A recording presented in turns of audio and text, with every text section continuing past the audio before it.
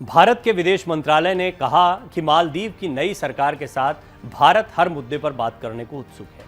भारतीय विदेश मंत्रालय के प्रवक्ता अरिंदम बागची से मालदीव के नवनिर्वाचित राष्ट्रपति मोहम्मद मुइज्जू के उस बयान पर सवाल पूछा गया था जिसमें उन्होंने कहा था कि भारतीय सेना के कर्मियों को मालदीव छोड़ने के लिए कहा जा सकता है। मालदीव में भारत के उच्चायुक्त मुनु महावर ने मोहम्मद मुइज्जू से मुलाकात की थी और प्रधानमंत्री नरेंद्र मोदी का एक बधाई संदेश सौंपा था। भारतीय विदेश मंत्रालय के प्रवक्ता अरिंदम बागची ने कहा, माले में हमारे उच्चायुक्त ने नवनिर्वाचित राष्ट्रपति से मुलाकात की थी। दोनों के बीच कई मुद्दों पर अच्छी बातचीत हुई। इस बातचीत में आपसी सहयोग और द्विपक्षीय संबंधों से जुड़े मुद्दे भी शामिल थे। भारतीय विदेश मंत्रालय ने ये नहीं बताया कि मोहम्मद मुइज्जू के शपथ ग्रहण समारोह में भारत का प्रतिनिधित्व कौन करेगा। 2018 में इब्राहिम सोलिह के शपथ ग्रहण समारोह में प्रधानमंत्री नरेंद्र मोदी खुद शरीक हुए थे। इसे भारत की तरफ से अप्रत्याशित रूप के तौर पर देखा गया था। पिछले हफ्ते ही माले के मेयर मोहम्मद मुइज्जू ने राष्ट्रपति इब्राहिम सोलिह को 19,000 मतों से हरा दिया था। दोनों के बीच हार का अंतर 8% वोटों का था। मालदीव के इस चुनावी नतीजे को भारत के खिलाफ देखा गया और चीन के पक्ष में। इब्राहिम सोलिह की सरकार के साथ भारत का सहयोग बहुत गहरा था। उन्हें भारत के हितों के खिलाफ नहीं जाने वाले राष्ट्रपति के तौर पर देखा जाता है। मुइज्जू के चुनावी अभियान में भारत एक अहम मुद्दा था। उन्होंने ही इंडिया आउट कैंपेन भी चलाया था। मुइज्जू का कहना था कि उनकी सरकार मालदीव की संप्रभुता से समझौता कर किसी देश से करीबी नहीं बढ़ाएगी। मालदीव के मीडिया में मुइज्जू का एक और बयान सुर्खियों में था। उन्होंने राष्ट्रपति चुनाव में जीत के बाद कहा था, लोग नहीं चाहते हैं कि भारत के सैनिकों की मौजूदगी मालदीव में हो। विदेशी सैनिकों के मालदीव की जमीन से उनको जाना होगा। यानी भारत के सैनिकों के बारे में वो कह रहे थे। हिंद महासागर में भारत की सैन्य मौजूदगी कोई नई बात नहीं है। अब्दू और लम्मू द्वीप में 2013 से ही भारतीय नौसैनिकों और एयरफोर्स कर्मियों की मौजूदगी रही है। नवंबर 2021 में मालदीव नेशनल डिफेंस फोर्स ने संसदीय कमेटी से कहा था कि मालदीव में कुल 75 भारतीय सैन्य कर्मी मौजूद हैं। फरवरी 2021 में मालदीव की विपक्षी पार्टियों ने भारत के साथ मैरीटाइम सिक्योरिटी एग्रीमेंट का विरोध किया था। भारत ने मालदीव को 2 हेलीकॉप्टर दिए थे, इसे लेकर भी विवाद हुआ था। अब्दुल्ला यामीन की सरकार ने 2018 में भारत से उपहार स्वरूप मिले 2 नेवी हेलीकॉप्टर को वापस ले जाने के लिए कहा था। भारत ने मालदीव को ये हेलीकॉप्टर राहत बचाव कार्य के लिए दिए थे। मोहम्मद मुइज्जू के बयान की मालदीव से भारतीय सैनिकों को हटाया जाएगा, इस पर अरिंदम बागची ने कुछ भी स्पष्ट नहीं कहा। बागची ने कहा, मालदीव के साथ हमारी साझेदारी का फोकस साझी चुनौतियों और प्राथमिकताएं हैं। एक पड़ोसी के तौर पर हमारे लिए जरूरी है कि मिलकर काम करें। भारतीय फिल्म, फैशन, फूड की लोकप्रियता मालदीव में किसी से छुपी नहीं है। भारतीय शहर तिरुवनंतपुरम माले के करीब है। दसियों हजार मालदीव के नागरिक हर साल भारत आते हैं। खासकर इलाज के लिए भारत इनका सबसे पसंदीदा ठिकाना रहा है। इस छोटे से द्वीप समूह की सुरक्षा में भारत की अहम भूमिका रही है। 1988 में राजीव गांधी ने सेना भेजकर मौमून अब्दुल गयूम की सरकार को बचाया था। 2018 में जब मालदीव के लोग पेयजल की समस्या से जूझ रहे थे तो प्रधानमंत्री मोदी ने पानी भेजा था। इसके बाद मोदी सरकार ने मालदीव को कई बार आर्थिक संकट से निकालने के लिए कर्ज भी दिया। भारत और मालदीव के रिश्तों में 2018 में सबसे ज्यादा कड़वाहट आई है। इसकी शुरुआत मालदीव के सुप्रीम कोर्ट के 2018 में 1 फरवरी के फैसले से हो गई थी।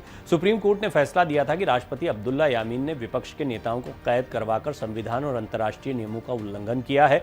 कोर्ट ने यह भी आदेश दे दिया था कि सरकार पूर्व राष्ट्रपति मोहम्मद नाशिद समेत सभी विपक्षी नेताओं को रिहा करे। सुप्रीम कोर्ट के इस आदेश को राष्ट्रपति अब्दुल्ला यामीन ने मानने से इनकार कर दिया था। इसके साथ ही यामीन ने देश में आपातकाल की घोषणा कर दी थी। यह आपातकाल 45 दिनों तक चला था। भारत ने इस आपातकाल का विरोध किया था। भारत ने कहा था कि मालदीव में सभी संवैधानिक संस्थाओं को बहाल करना चाहिए और आपातकाल को तत्काल खत्म करना चाहिए।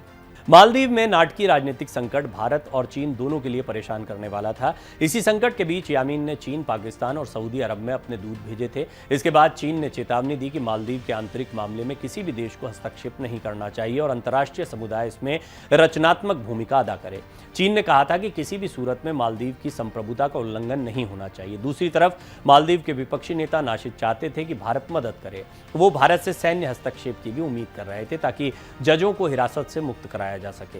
नाशिद ने अमेरिका से भी मदद की गुहार लगाई थी। इस गतिरोध के बीच समाचार एजेंसी रॉयटर्स ने एक चीनी न्यूज वेबसाइट के हवाले से बताया था कि चीन युद्धपोत मालदीव की तरफ बढ़ गए हैं। भारतीय नेवी ने भी इस बात की पुष्टि की थी कि चीनी युद्धपोत सुंदा और लोम्बोक चलडबरू मध्य में आगे बढ़ रहे हैं। हालांकि चीनी युद्धपोत की हिंद महासागर में तैनाती भी कोई नई बात नहीं है। चीन का जिबूती में पहले से ही एक सैन्य ठिकाना है। चीन के लिए मालदीव सामरिक रूप से काफ़ी अहम ठिकाना है। मालदीव रणनीतिक रूप से जिस समुद्री ऊंचाई पर है वो काफ़ी अहम है। चीन की मालदीव में मौजूदगी हिंद महासागर में उसकी रणनीति का हिस्सा है। 2016 में मालदीव ने चीनी कंपनी को एक द्वीप 50 सालों की लीज पर महज $40 लाख में दे दिया था। दूसरी तरफ भारत के लिए भी मालदीव कम महत्वपूर्ण नहीं है। मालदीव भारत के बिल्कुल पास में है और वहां चीन पैर जमाता है तो भारत के लिए चिंतित होना लाजमी है। भारत के लक्षद्वीप से मालदीव करीब 700 किलोमीटर दूर है और भारत के मुख्य भूभाग से 1200 किलोमीटर। मालदीव चीन और पाकिस्तान की महत्वाकांक्षी योजना वन बेल्ट वन रोड का भी खुलकर समर्थन कर रहा है।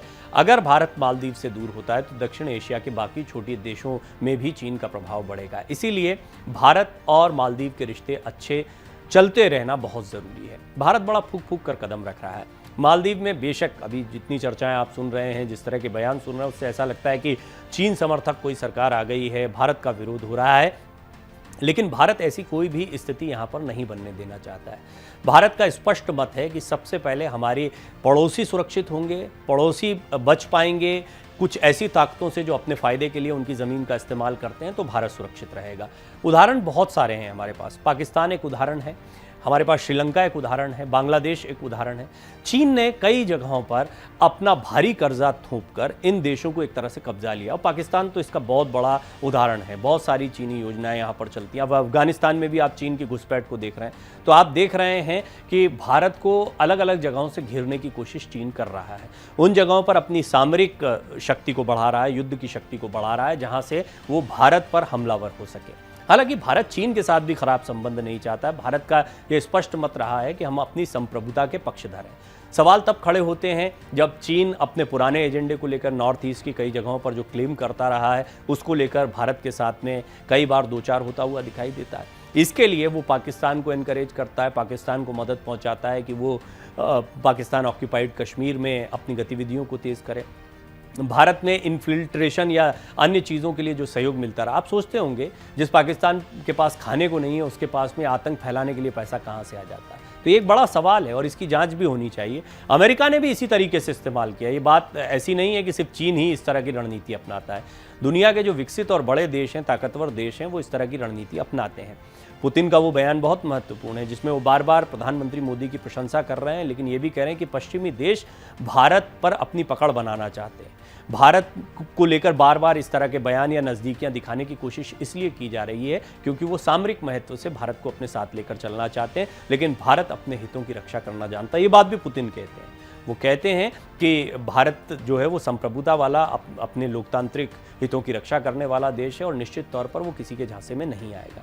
भारत की ये स्ट्रैटेजी हमेशा से रही है, तटस्थ रहना। ये हमारी एक पुरानी पॉलिसी है, ऐसा नहीं कि आज की पॉलिसी है। और भारत ने इसीलिए यूक्रेन में जो युद्ध चल रहा है रशिया और यूक्रेन का, उसको लेकर भी बहुत संभल कर G20 में बात को रखा गया, जिसकी बहुत तारीफ जो है वो पुतिन करते दिखाई देते। दुनिया के अन्य देशों ने भी इसको हाथों हाथ लिया। ये बात अलग है कि यूक्रेन जो है वो चाहता था कि सीधे सीधे युद्ध की बात कही जाए।